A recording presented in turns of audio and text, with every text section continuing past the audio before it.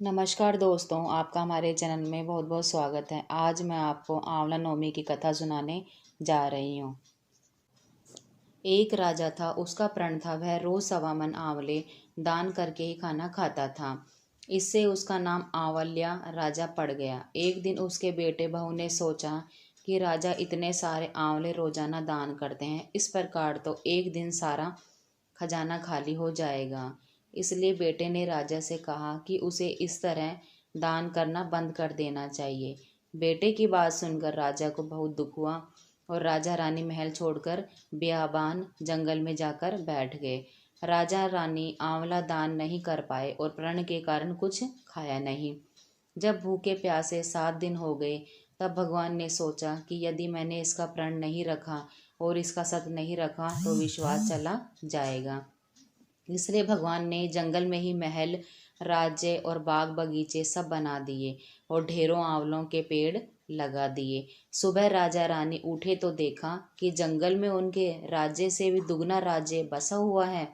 राजा रानी से कहने लगे, रानी देख, कहते हैं सत मत छोड़े सुरमा सत छोड़िया पत जाए, सत की छोड़ी लक्ष्मी फेर मिलेगी आए।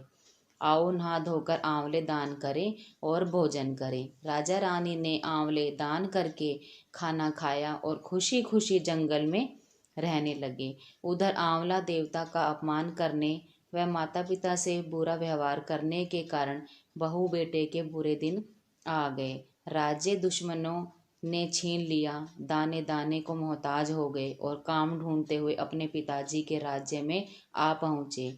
उनके हालात इतने बिगड़े हुए थे कि पिता ने उन्हें बिना पहचाने हुए काम पर रख लिया। बेटे बहू सोच भी नहीं सकते कि उनके माता पिता इतने बड़े राज्य के मालिक भी हो सकते हैं, सो उन्होंने भी अपने माता पिता को नहीं पहचाना। एक दिन बहू ने सास के बाल गूंथते समय उनकी पीठ पर मस्सा देखा। उसे यह सोचकर रोना आने लगा कि ऐसा मस्सा मेरी सास के भी था। हमने ये सोचकर उन्हें आंवले दान करने से रोका था कि हमारा धन नष्ट हो जाएगा। आज वे लोग ना जाने कहाँ होंगे। यह सोचकर बहू को रोना आने लगा और आंसू टपक टपक कर सास की पीठ पर गिरने लगे। रानी ने तुरंत पलट कर देखा और पूछा कि तू क्यों रो रही है। उसने बताया कि आपकी पीठ जैसा मस्सा मेरी सास की पीठ पर भी था। हमने उन्हें आंवले दान करने से मना कर दिया था, इसलिए वे घर छोड़कर कहीं चले गए। तब रानी ने उन्हें पहचान लिया, सारा हाल पूछा और अपना हाल बताया। अपने बेटे बहू को समझाया कि दान करने से धन कम नहीं होता बल्कि बढ़ता है। बेटे बहू भी अब सुख से राजा रानी के साथ रहने लगे। हे भगवान, जैसा राजा रानी को सत रखा वैसा सबका रखना। कहते सुनते हुकारा भरते, सारे परिवार को सुख देना।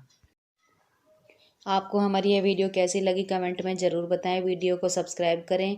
और आप सबसे निवेदन करूंगा कि आंवला नवमी के दिन शाम के समय पर आंवले के वृक्ष के नीचे घी का दिया लगाकर कनक धारा स्तोत्र का पाठ अवश्य करें। नहीं आता हो तो मोबाइल पे उसको सुने, पर एक बार आंवला नवमी के दिन आंवले के वृक्ष के नीचे कनक धारा स्तोत्र का पाठ चाहे संस्कृत में चाहे हिंदी में करना चाहिए।